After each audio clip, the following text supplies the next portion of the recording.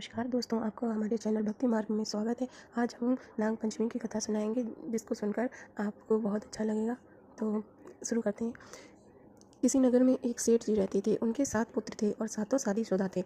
उनमें सबसे छोटी बहू सबसे ज़्यादा विदुषी, सुशील और संस्कारी थी। एक दिन सबसे बड़ी बहू ने देवरानियों से कहा, आज घर को लीपने के लिए पीली मिट्टी लेकर आते हैं। सभी बहुएं डलिया और खुरपी लेकर मिट्टी लेने के लिए चल दी। मिट्टी खोदने लगी, तब वहाँ एक सांप निकला। बड़ी बहू ने उस पर खुरपी से प्रहार करने लगी। तभी छोटी बहू बोली, मत मारो, यह बेचारा तो निरपराध है। यह सुनकर बड़ी बहू ने सर्प को छोड़ दिया। सर्प अलग जाकर बैठ गया।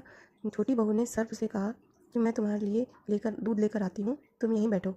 बहू घर चली गई और घर पहुंचकर दूध लेने लगी। तब तक उसे और काम दिखाई दिए तो वो सर्प से किया हुआ वादा भूल गई। जैसे ही उसे अगले दिन वो अपना वादा याद आया तो वो जल्दी से दूध लेकर वहाँ पे पहुंची।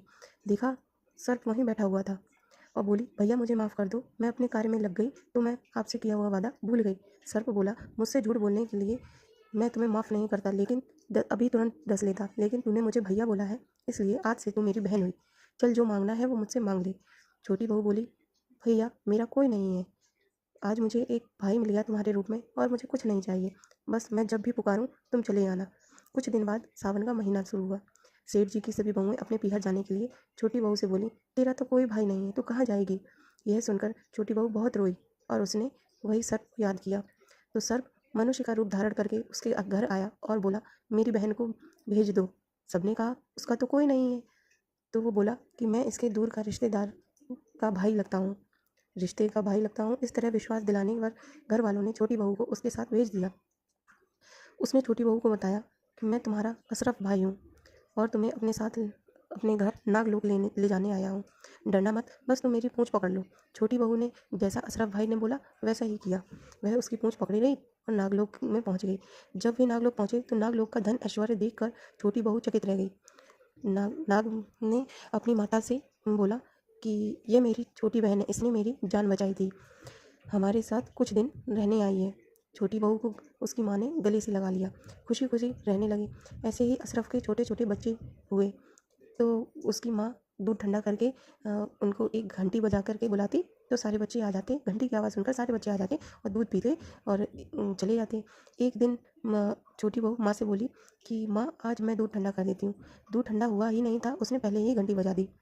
छोटे छोटे सांप दौड़ पड़े दूध के लिए और कईयों ने जल्दी जल्दी दूध पिया तो दूध ठंडा नहीं था, तो कईयों के फन जल गए।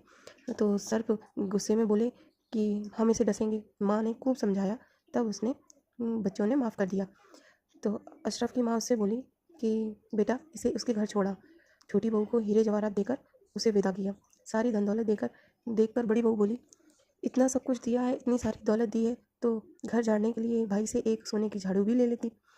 यह सुनकर अशरफ ने उसे एक सोने की झाड़ू लेकर दी। उसकी माँ की तरफ से हीरे मोती और मणियों से भरा एक अद्भुत हार भी उसे दिया। अब तो नगर में पूरी छोटी बहू की प्रशंसा होने लगी। प्रशंसा होते होते नगर की रानी को सूचना मिली कि छोटी बहू के पास एक हीरे से जनित बहुत सुंदर हार है। रानी ने अपनी इच्छा जागृत की राजा से कि मुझे वही हार चाहिए। राजा सैनिकों को लेकर सेठ जी के घर पहुंच गया और वहाँ से सैनिकों ने सेठ जी से वो हार ले लिया। और सेठ जी ने डर की वजह से कि ये कहीं कुछ मारपीट ना करें, इस वजह से वो हार दे दिया। छोटी बहू को ये बहुत बुरा लगा, वह बहुत दुखी हुई। उसने अपने भाई को याद किया और ये सारी बात बताई। उसका भाई बोला कि तुम परेशान मत हो बहन, वह तुम्हें खुद लौटाएंगे। रानी ने जैसे ही वह हार पहना, वह सर्प बन गया और रानी ने झटक कर वह बाहर फेंक दिया। यह देखकर राजा ने छोटी बहू को उपस्थित होने को बुलाया। उपस्थित होने के लिए सेठ जी खुद छोटी बहू को लेकर राज दरबार पहुंचे।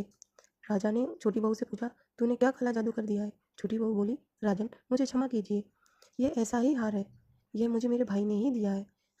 इतने में वह नाग वहाँ पे प्रकट हो गया और बोला, यह हार मेरी बहन का है, यह हार मैंने उसे दिया है। यह देखकर सभी लोग नाग देवता को प्रणाम करने लगे, क्योंकि उस दिन पंचमी तिथि थी, इसलिए उस दिन से नाग पंचमी का त्यौहार मनाया जाने लगा। तभी से सारी स्त्रियां सर्प को अपना भाई मानकर उसकी पूजा करती हैं। दोस्तों, तो कैसी लगी आज की ये कहानी। ऐसी और कहानियाँ सुनने के लिए हमारे चैनल भक्ति मार्ग को तुरंत सब्सक्राइब करें। धन्यवाद।